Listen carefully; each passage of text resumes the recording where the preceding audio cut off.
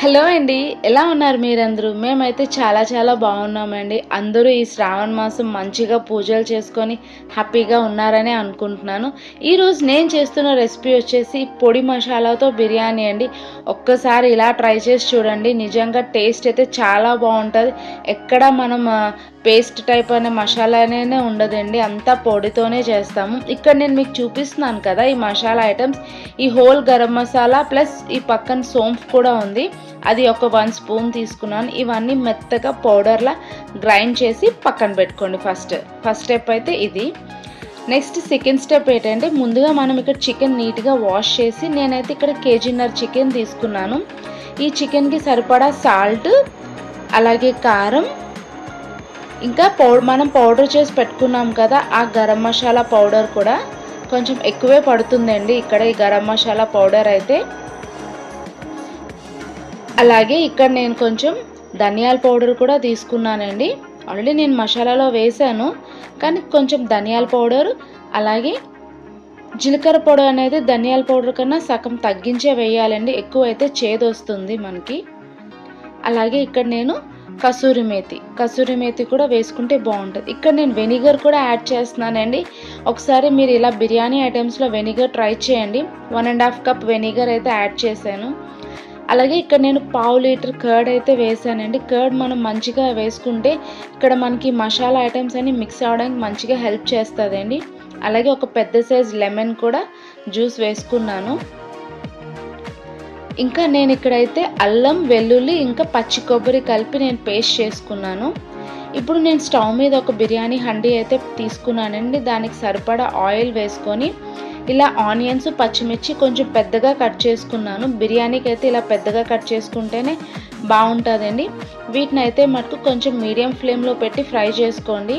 ఇవి మనకి కొంచెం కలర్ చేంజ్ అయ్యి కొంచెం బ్రౌనిష్గా వస్తే సరిపోతుందండి ఈ ఆనియన్. ఇక్కడ నేను అలాగే గీ కూడా వేసుకుంటున్నానండి. బిర్యానీలో ఎప్పుడైనా ఆయిల్ ఒక్కటే కాదు, గీ కూడా యాడ్ చేసి చూడండి. ఆ బిర్యానీ ఫ్లేవర్ అనేది చాలా బాగా వస్తుంది అండ్ టేస్ట్ కూడా ఇంకా చాలా బాగుంటుంది. ఇక్కడ చూస్తున్నారు కదా నా ఆనియన్స్ అయితే ఫ్రై అయిపోయినాయండి. ఇప్పుడు నేనైతే ఈ మ్యారినేట్ చేసి పెట్టుకున్నాను కదా, ఆల్మోస్ట్ ఒక 1/2 అవర్ అయితే నేను మ్యారినేట్ చేశానండి. కుదిరితే 1 అవర్ అయితే ఇంకా మంచిది. ఇలా మ్యారినేట్ చేసి పెట్టుకున్న చికెన్ ఒకసారి ఈ ఆనియన్స్లో వేసేసి బాగా కలుపుకొని ఒక 5 to 10 minutes అండి కొంచెం ఆ ఆయిల్లోని ఆనియన్స్లో కుక్ అయితే సరిపోతుంది. ఇక్కడ నేను పుదీనా, కొత్తిమీర కూడా వేసుకుంటున్నాను. ఈ టైంలో వేస్తే ఏంటంటే ఆ పుదీనా, కొత్తిమీర ఫ్లేవర్ కూడా ఆ పీసెస్కి బాగా పడుతుందండి. అందుకనే మ్యాక్సిమం ఈ టైంలో వేసుకోవడమే బాగుంటుంది. ఇక్కడ మీరు చూస్తున్నారు కదా నేను ఒక చిన్న గ్లాస్తోని పాలు వేసానండి. ఎప్పుడైనా మీరు విన్నారా అలా బిర్యానీలో పెరుగు తెలుసు కానీ పాలు విన్నారా? ఒక్కసారి వేసి చూడండి, ఆ టేస్ట్ అనేది మీకే తెలుస్తుంది. అసలు పాలు వేసామనే తెలీదు. ఇక్కడ నేను ఎసరు కోసం అయితే ఇలాగా నేను ఒక తెపాలలోని వాటర్ అయితే తీసుకున్నాను. అందులో హోల్ గరం మసాలా, అల్లం, వెల్లుల్లి, పచ్చి కొబ్బరి పేస్ట్ అన్నాను కదా, అది మనకి రైస్ వైట్గా రావడం కోసం అని చెప్పేసి ఒక నిమ్మకాయ అయితే మటుకు స్క్వీజ్ చేసుకున్నానండి, ఒక ఫుల్ నిమ్మకాయ. ఇలాగా నేను ఈ వాటర్లో అయితే ఆ నిమ్మరసం వేసుకున్నాను.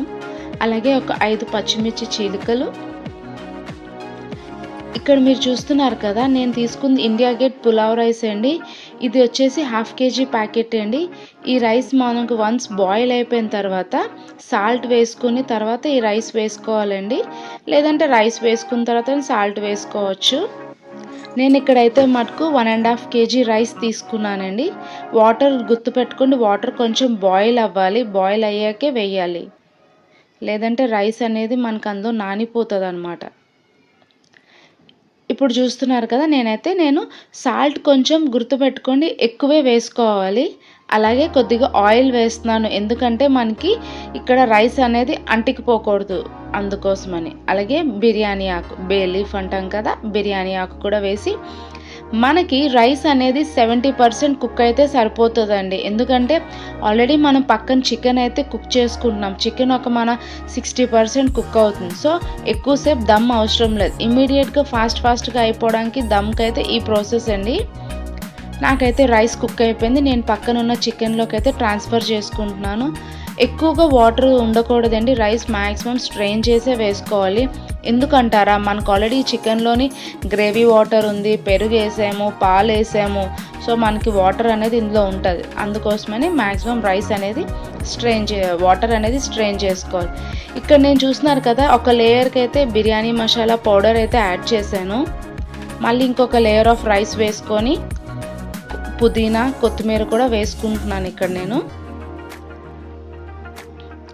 చూడండి, మళ్ళీ పొడి, ఈ మసాలా పొడి ఉంది కదా, మసాలా పొడి, పుదీనా, కొత్తిమీర అన్నీ వేసుకున్నానండి.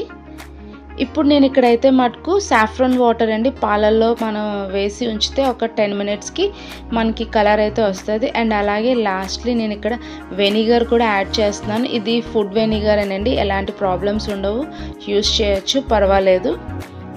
ఇవన్నీ వెనిగర్, ఈ ఫుడ్ కలర్, సాఫ్రాన్ వాటర్, ఇంకా ఈ కొత్తిమీర, పుదీనా, లాస్ట్లో గీ కూడా వేసుకున్నాను. గీ ఎంత వేసుకుంటే అంత టేస్ట్ బాగుంటుందండి, మరీ ఓవర్గా కాదు, ఎంత తింటామో అంతే.